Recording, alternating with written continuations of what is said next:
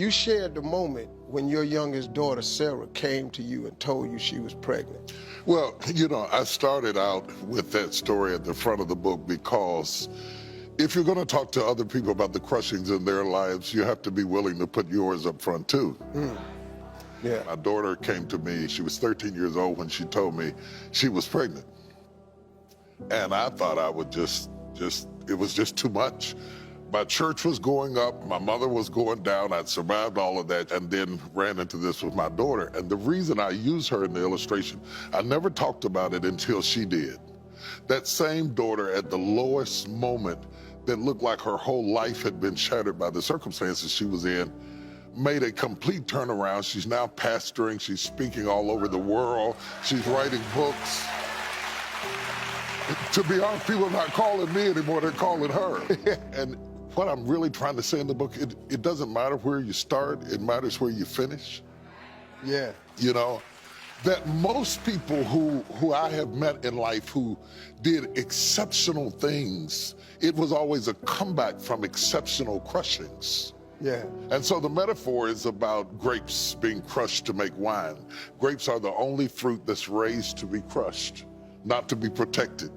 Because in the process of crushing the grape, it finally comes to its ultimate purpose, becoming wine, and lasts 10, 20, hundreds of years. Yeah. If it had not been crushed, it would not have survived. And so I'm talking to people about crushings and the crushings in your life and the things that drive you to be successful, that make you work harder, that make you study harder, that make you do more than other people do, are often rooted in what you are running from, not what you're running to. What makes a person get bitter about mishaps? What stops them from letting go and moving on? If you can give up the story you told yourself, you can reframe everything about your life. But it is the way we process what we've been through. And we use it as a death sentence. In the book, I talk about the difference between being buried and being planted. To the observer, it looks like the same thing. But the dead are buried, the seeds are planted. And you can either say, this is gonna bury me, or something is gonna come out of this that's gonna resurrect me better than I was before. Wow, yeah, yeah. I've seen the sides of you, the filmmaker, the author, the man that's able to reach you wherever you at. I hate to shock you with this, but I wasn't born Bishop Jakes.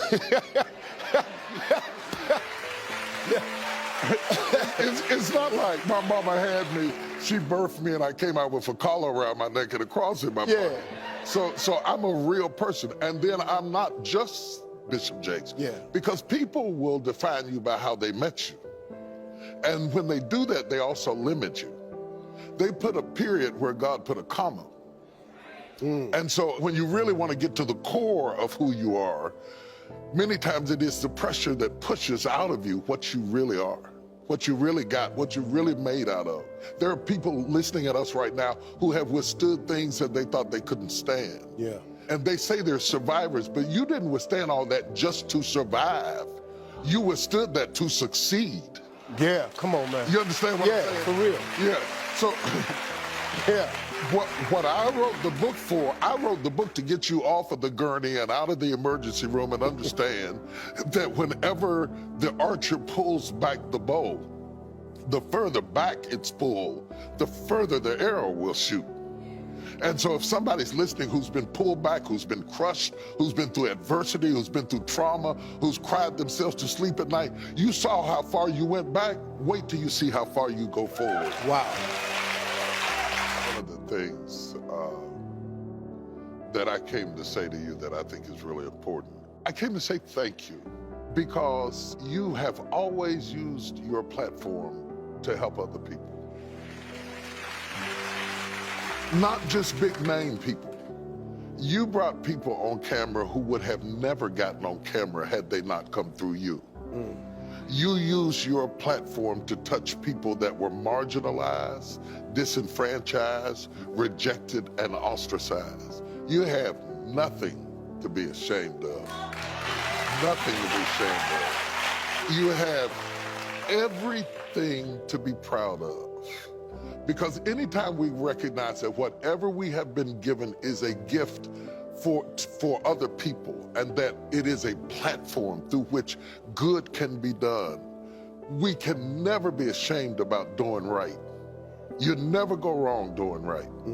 You used your platform for good stuff, okay? Platforms come and platforms go, like seasons, they change. They're supposed to. As long as you preserve your purpose, your seasons can change all they want to, but they never change who you are.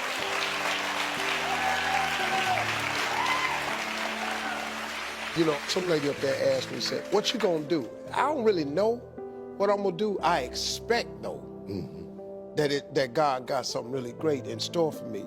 So, you know, when doors... Let me jump in there. Come on. You're not supposed to know. You're not supposed to know. Life is a mystery. If you take away the mystery and everything was certain, you wouldn't need faith. Faith functions best when you don't know. So God often puts us in positions where we don't know to destabilize us from relying too much on what we know. Yeah. Like a trainer who starts you out and he starts you out on a weight machine, okay? And then he puts you on a bench and he gives you free weights because now it's less stable. The less stable it is, the more muscles you build. Finally, he puts you on a ball where everything's unstable, and when he puts you on the ball, he's building up your core. So the more unstable your life becomes, the more you have to go inside yourself to stabilize yourself. You're strong enough to withstand instability. Yeah. And if you knew everything, you'd have no room for faith, for discovery, for innovation, because creativity comes in uncertainty. It comes in uncertainty, in the middle of chaos, because after a while, anytime you know too much, you stop living your best self. Can anybody relate to that? You would never discover what else you were if you stayed in one place. Okay, this is my copy right here. Okay, this is the study guide. This is where you got to fill in. You got to fill in stuff because I don't have the answers. The answer's inside of you. See, man, you talking directly to me because, you know, I think this is the best way I've explained how I feel. You know, I'm okay with where I'm at. I just never had it explained to me that way. You know, the crushing is necessary. It's absolutely necessary, and that's why I wrote the book. Because people only see the good part of you. It's like Instagram and Twitter. You never post a bad picture. You know, you pass up all them other pictures, you get that one picture that's got the right angle and the right light, you put that picture up and then put a filter on that. Okay. Okay, put a filter on that, lighten it up, change it a little bit, do all that kind of stuff. So we have started to believe the illusion that people who look good on camera and people who do amazing things only had amazing moments. And that's why we have so many haters. Because haters feel like it's not fair for you to have all the good times while I go through all the bad times. But the reality is we go through bad times too. Come on, we man. go through heartache too. Right. We go through disappointment. We feel bad. We get depressed. We want to give up. We want to walk away. But there's something down inside of you that keeps pushing you. I feel like I'm in church for a minute. You better set me down. You better set me down because I'll set it off in here. I'll set it off in here. Set it off in here. I'll set it off right here. My man, I love you, boy. Love you, brother. This dude right here. Hey, listen, everybody. This is the book. This is the study guide. This is the information. You fill in the answers. Find out what your crushing has meant to you. And everybody in the audience, you're going home with a copy of his book. You get a copy, you get a copy, you get a copy.